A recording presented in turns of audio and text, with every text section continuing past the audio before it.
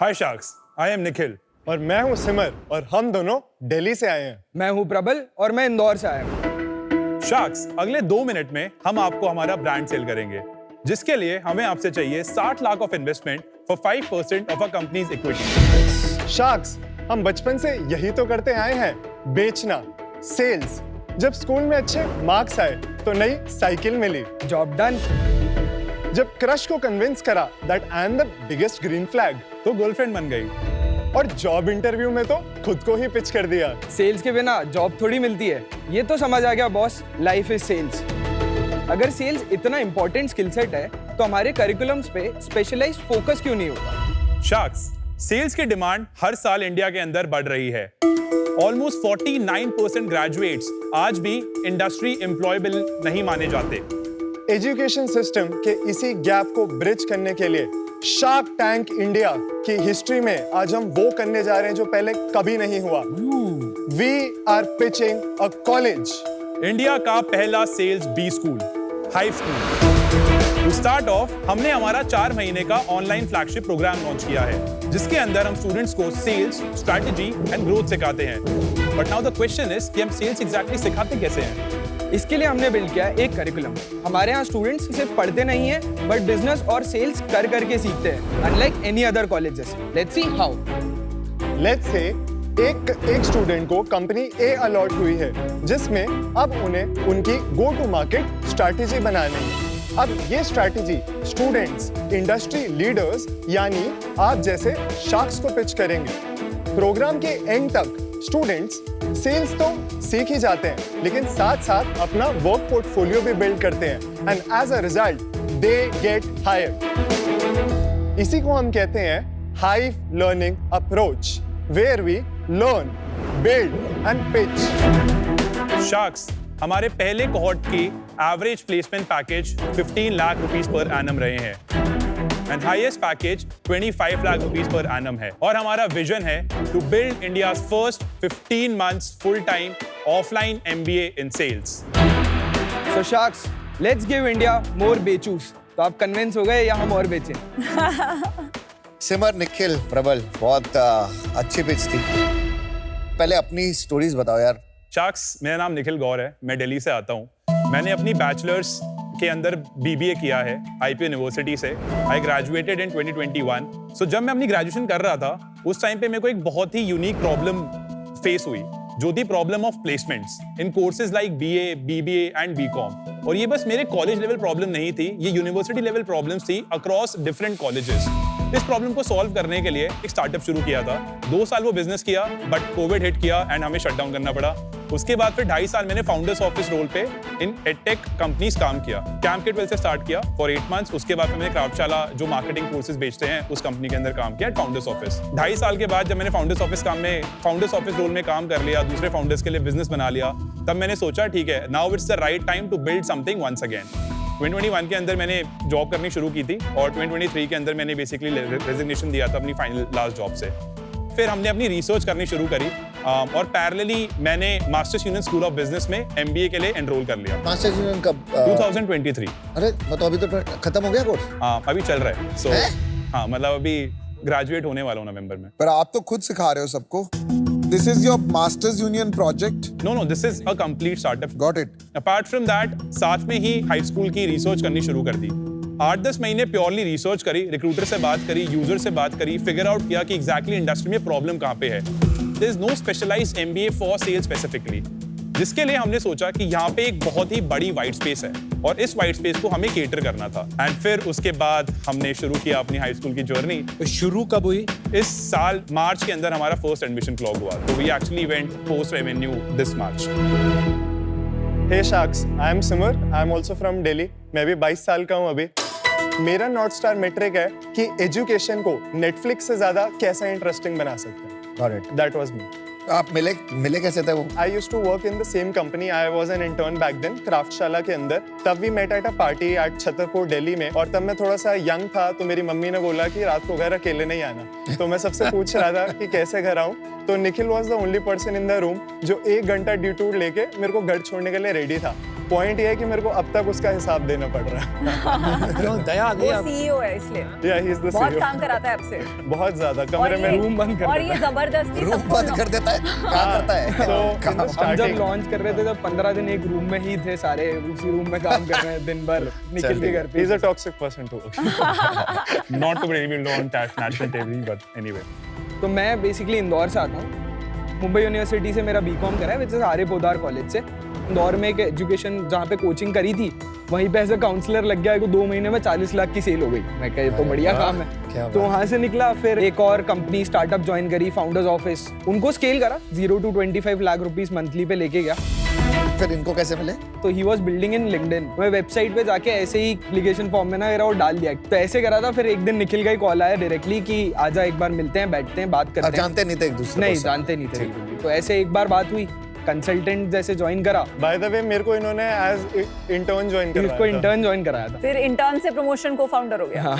Cofounder में equity दी कि खाली नाम दिया? कितनी इक्विटी थी? 15% is with Simar, 20% is with Prabal, 10% हमने ESOPs के लिए रखा हुआ है, 2.5% is sweat equity जो हमने 2 इंडस्ट्री लीडर्स सेल्स के जो हैं उनको दी हुई है, purely to access their community. उसके अलावा फिर 52.5% अभी मैं हूँ। Not bad. What is Hive School? अभी के लिए हम एक हाइब्रिड प्रोग्राम रन करते हैं जो 80% ऑनलाइन है और 20% ऑफलाइन है। और कितना पीरियड लंबा प्रोग्राम है ये? तो इट्स कंप्लीटली लाइव, 4 महीने का प्रोग्राम है, 1.77 लाख हमारा एवरेज टिकट साइज है। तो सर्टिफिकेट कोर्स है basically। Certificate program. आपने कहा कि प्रॉब्लम है एक एजुकेशन के साथ कि बहुत थियोरेटिकल। एक और क्या प्रॉब्लम है? सर दूसरा मेरे को लगता है कि रियल टाइम एप्लीकेशन नहीं है जो भी हम पढ़ रहे हैं। मैं आपको बताता हूँ, मैं यूएस गया था पढ़ने, and for the first time in my life I felt कि डिबेट एंड डिस्कशन से लर्निंग होती है। तो आप how do you create this environment of debate discussion? हमारा जो पूरा करिकुलम चलता है वो स्प्रिंट्स में चलता है कि आप बेसिकली मैराथन भाग रहे हो, तो 10 घंटे की एक स्प्रिंट होती है। लेट्स से अगर हमने go to market as a sprint हमने उठाई, हर एक सेशन के अंदर बेसिकली हम उनको प्रॉब्लम स्टेटमेंट ही देते हैं कि भाई इस प्रॉब्लम को आज हम डिकोड करेंगे। तो 10 घंटे उन्होंने समझा, अब हम उनको एक कंपनी एलोकेट करते हैं और बोलते हैं कि जाके इसकी गो टू मार्केट स्ट्रैटेजी आप बना के लाओ। तो वो बेसिकली जाते हैं, अपने 20-30 घंटे की रिसर्च करते हैं अपने ग्रुप के अंदर और बेसिकली एक प्रॉपर गो टू मार्केट नहीं, ये आपने 3-4 बार go to market in your pitch also आपने बोला, एंड इससे मतलब मेरा प्रॉब्लम ये है कि आपने अगर कहीं एक्सपीरियंस नहीं किया है तो आपकी स्ट्रैटेजी में कितनी ही डेप्थ होगी, Yes, makes राइट? sense. तो मैंने जब अपने बी स्कूल के बाद स्टार्टअप किया था तो सबसे पहला झटका जो लगता है सेल्स का वो ये होता है कि सुबह से रात तक मैं जब कोल्ड कॉल करती थी अपनी स्टार्टअप के लिए, लोग फोन पे डांटते थे, राइट? कि how did you get my number, phone रख देते थे, जो इंसल्ट होती है। सो वो वाला जो प्रैक्टिकल एक्सपीरियंस है जो सेल्स में आता है इज वेरी डिफरेंट। आप गो टू मार्केट स्ट्रैटेजी सिखा के बच्चों को मार्केट में भेजोगे तो I don't think I want to hire such kids, because वो स्ट्रैटेजी नहीं सुननी है, सेल्स करो। आंसर देता हूँ विनीता आपको इसका। So basically go to market और जो actually- हाँ जी आप आए यहाँ बोलने के लिए कि हमें थोड़ा प्रैक्टिकल एजुकेशन देनी है, लेकिन आप दे हमें भी थ्योरी रहे हो, हाँ, तो correct. थोड़ा सा मैं आपको- प्रैक्टिकली कुछ मैं उसी दिखा पे सकते हो या बता Demo, सकते हाँ। हो कि एक कोर्स में होता क्या है, क्या सीखते हैं, Correct. Like very specific example दीजिए। सो इन दिस एंटायर प्रोग्राम हमारे पास 5 स्प्रिंट्स हैं। एक मिनट, वो फोटोज किसकी थी? हाँ, वो इंडस्ट्री लीडर्स की फोटोज थी। सो बेसिकली ये सारे हमारे कम्युनिटी के अंदर ऑलरेडी एसोसिएटेड है। कितना पैसा देते हो? हम सब पैसा नहीं देते, बेसिकली हम इनके लिए कम्युनिटी मिक्सर्स और वो सब चीजें कराते रहते हैं। तो बेसिकली 5 स्प्रिंट्स के अंदर पूरा करिकुलम चलता है। फर्स्ट स्प्रिंट के अंदर बच्चे स्टार्टअप 101 सीखते हैं कि एग्जैक्टली स्टार्टअप 0 to 1 बिल्ड कैसे होता है। सेकंड में वो गो टू मार्केट सीखते हैं, थर्ड में वो आउटबाउंड लेड सेलिंग सीखते हैं, फिर एआई एंड टेक और उसके बाद marketing led growth. So this is basically a portfolio that the students build by the end of the entire program. तो हर एक स्प्रिंट का उनको कैप्सूल मिलता है, वो पीछे जाते हैं उसको करते हैं। अब बेसिकली इस स्टूडेंट को इस कंपनी के अंदर अप्लाई करना था, तो उसने क्या किया, उसने प्रॉब्लम फिगर आउट करी, सोल्यूशन फिगर आउट किया, ये सब तो ठीक है, बट उसने उसकी एक्चुअली आईसीपी डिफाइन करी कि एग्जैक्टली आप किसको बेचोगे, और उसके बाद उसने एक्चुअली उसके प्राइमरी ईमेल 1 लिखे कि प्राइमरी ईमेल 1 अगर मैं किसी को रीच आउट करना है तो क्या होगा, मेरा सेकंड फॉलोअप ईमेल 1 क्या होगा, मेरा फॉलोअप ईमेल 2 क्या होगा। जहाँ पे तो इसने B2B actually सेल्स सिखा रहे हो आप? B2B सेल्स मेजरली यहाँ पे हमारा जो ये प्रोग्राम है B2B सेल्स के लिए है, B2C के लिए नहीं है। B2C के लिए नहीं है। अब लेट्स से अगर किसी भी कंपनी में उनको अप्लाई भी करना है तो हम उनको बोलते हैं कि यार इस कंपनी के लिए ना एक पूरा का पूरा आउटबाउंड प्लेबुक बना के ले जाओ, और उसके बाद लेट्स से वो पूरा आउटबाउंड प्लेबुक बनाते हैं, उस कंपनी के लिए अप्लाई करते हैं ताकि उनको प्रूफ ऑफ वर्क मिल जाए। अपार्ट फ्रॉम दैट हम उनको 3-4 प्रोजेक्ट उसके अलावा भी कराते हैं। So this is basically about the entire development. Simar, Nikhil, Prabal, मैं एक चीज बताता हूँ, देख अभी तक मेरे को ये नहीं समझ आ रहा कि अभी भी तुम्हारा थोड़ा थ्योरेटिकल स्किल सिखा रहे हो। प्रैक्टिकल सेल्स ना फील्ड में जाके होती है सबसे ज्यादा। Correct correct. कि अगर तू बड़ी कंपनीज को भी देखेगा, HUL वगैरह को भी सबसे पहले सेल्स में डालते हैं लोगों को कि भाई तुम पहले जाके माल बेच के आओ, फिर दिखाओ कि तुम्हारे अंदर कैपेबिलिटी है या नहीं। करेक्ट। वो नहीं आ रही अभी भी कि तुम सेल्समैनशिप कैसे सिखा रहे हो। Sir basically definitely problem once again बहुत ज़्यादा जेन्युइन है, बट थोड़े से ऑनलाइन के अंदर कॉन्स्ट्रेंट्स आते हैं। जितना हम इनकलकेट कर सकते थे मैंने डेफिनेटली ट्राई किया है। So this is also the reason कि हमें ऑफलाइन क्यों जाना है। मेरे को क्यों ये स्टार्टिंग में ऑनलाइन शुरू करना पड़ा वाज प्योरली द प्रॉब्लम, क्योंकि ऑफलाइन पहले कोर्स से आप जा नहीं सकते। इसीलिए अभी हम 15 महीने के ऑफलाइन प्रोग्राम पे भी काम कर रहे हैं पूरा। अभी ऑनलाइन का प्रोडक्ट मार्केट फिट नहीं है। आई से कि अगर मैं प्योरली डिमांड और सप्लाई पर्सपेक्टिव से देखूं तो हो गया है, बट करिकुलम पर्सपेक्टिव से आई थिंक अभी और चीजें इनकलकेट हो सकते हैं। आप compete किसके साथ कर रहे हो ये नहीं समझ आया। MBA स्कूल्स के साथ compete कर रहे हो कि प्लेसमेंट काउंसलर के साथ compete कर नहीं, रहे हो? अपग्रेड वगैरह के साथ compete कर रहे हम हैं। अपग्रेड तो you do it while you're working, right? नहीं, जरूरी नहीं है। अपग्रेड भी सेम है, ऑनलाइन कोर्स है। ऑनलाइन और And उसके बाद upgrade is उनका not भी 1 conclusion- lakh rupees for 4-3 months. it's a little more higher in ticket size. आप 1 लाख रिफंड करते हो अगर प्लेसमेंट नहीं हुआ? हम रिफंड नहीं करते। नहीं करते। यार अपना अभी स्केल बता दो, रेवेन्यू क्या है, कितने बच्चे आपके यहाँ अभी एनरोल कर गए हैं और क्या प्रॉफिटेबिलिटी वगैरह आ रही है? एक कॉर्ड हमने ग्रेजुएट करा है, दूसरा कॉर्ड अभी हमारा ऑलरेडी चल रहा है। Okay. फर्स्ट कॉर्ड के अंदर हमारे पास 19 स्टूडेंट्स थे, जहाँ पे हमारा रेवेन्यू था 19.75 लाख। सेकंड कॉर्ड के अंदर हमने 22 स्टूडेंट्स क्लोज किए थे, जिसके अंदर हमारा रेवेन्यू 25.17 लाख था, जहाँ पे हमारा टिकट साइज ऑलमोस्ट 1.14 लाख था। तो टोटल रेवेन्यू अभी तक जो हमने क्लॉक किया है वो है almost 45 lakh, and this is basically in the last 8 months. और इसमें आपका प्रॉफिटेबिलिटी कितना सर है? 19% EBITDA है। और आपका कॉग्स क्या क्या है इसके अंदर? सो सर यूनिट इकोनॉमिक्स अगर मैं थोड़ा सा बताऊं तो ओवरऑल रेवेन्यू के अंदर से 40% हमारी जाती है सैलरीज के अंदर। वो क्या क्या रोल करती है टीम्स? हम फाउंडर्स भी सैलरी लेते हैं, मतलब बेसिकली प्रबल और से मैं सैलरी ड्रॉ करते कितनी हैं। सैलरी लेते हो? I take 50,000. मैं 65 लेता हूँ। और आप अभी के लिए मैं कंपनी से सैलरी ड्रॉ नहीं करता। Okay good okay. उसके अलावा हमारे एक्चुअली 5 फुल टाइम एम्प्लॉयज हैं, उसके अलावा कुछ इंटर्न्स हैं और 1-2 हमारे फ्रीलांसर्स हैं। 40% सैलरीज हैं, 15% हमारा मेंटोर कॉस्ट है जो एक्चुअली लोग आके पढ़ाते हैं। तो हर कोहॉर्ट का हमारा ऑलमोस्ट थ्रेशोल्ड फिक्स होता है कि 4 लाख रुपए में मेंटोर कॉस्ट पे डिप्लॉय करना। अभी तो आपने कहा पैसे नहीं देते हो। सर एक सेट ऑफ मेंटोर्स जो आते हैं वो पैसे लेते हैं जो फिक्स्ड हैं। जो गेस्ट लेक्चरर्स आते हैं वो पैसे नहीं लेते। उनको आपने इक्विटी दे रखी है। नहीं, गेस्ट लेक्चर्स को मतलब वी जस्ट गिव देम कि आप आके एक बार सर बताइए। आप आगे पढ़ाओ और पर्सनल ठीक है, ब्रांडिंग। 15% हो गया मेंटर कॉस्ट। 15% हमारा मेंटोर कॉस्ट होता है। टेक के ऊपर हमारा फर्स्ट कोहॉर्ट में 1% कॉस्ट था, बट हमने थोड़ा सा अभी LMS और बाकी सब चीजें इंटीग्रेट करी हैं टू ऑटोमेट द प्रोसेस, तो 5% हो गया है। 4 से 5% हम मार्केटिंग के ऊपर स्पेंड करते हैं। उसके बाद फिर 13% जो फर्स्ट कोहॉर्ट में 5% होता था हमने 13% कर दिया है, वो होता है स्टूडेंट एक्सपीरियंस पे। ठीक है, 78% हो गया। आगे बाकी 19% बिकता है। हाँ, हो और गया। उसके बाद फिर आई गेस 2-1% हमारा मिसलेनियस कॉस्ट है। 19.75 lakhs was your first cohort of 19 students. हाँ जी। उसमें से प्लेसमेंट कितनों का हुआ है और अब तक जॉब है उनके पास? सो जो 19 स्टूडेंट्स हैं टोटल, उसमें से 2 स्टूडेंट्स थे जो एक हमारा हाइव एलीट क्लब का कॉन्सेप्ट है, जिसके अंदर बेसिकली एक बेसिक क्वालिफिकेशन होता है। अगर आपको प्लेसमेंट में बैठना है तो आपकी अटेंडेंस 85% होनी चाहिए, और सेकंड आपके 85% के अलावा आपके जो सारे कैप्स्टोन्स हमने दिए हैं वो सारे आपके कंप्लीट होने चाहिए। सो 2 स्टूडेंट्स हमारे हाई एलीट क्लब में नहीं एंटर कर पाए थे, तो 17 स्टूडेंट्स हमारे हाई एलीट क्लब के अंदर थे। 17 के अंदर से 2 स्टूडेंट्स को प्लेसमेंट चाहिए ही नहीं थे, तो उन्होंने प्लेसमेंट ऑप्ट आउट ले लिया था, प्योरली अपस्किलिंग के लिए आए थे। Apart from those 15, 4 students basically founders थे जिनको आके अपना स्टार्टअप बिल्ड करना था।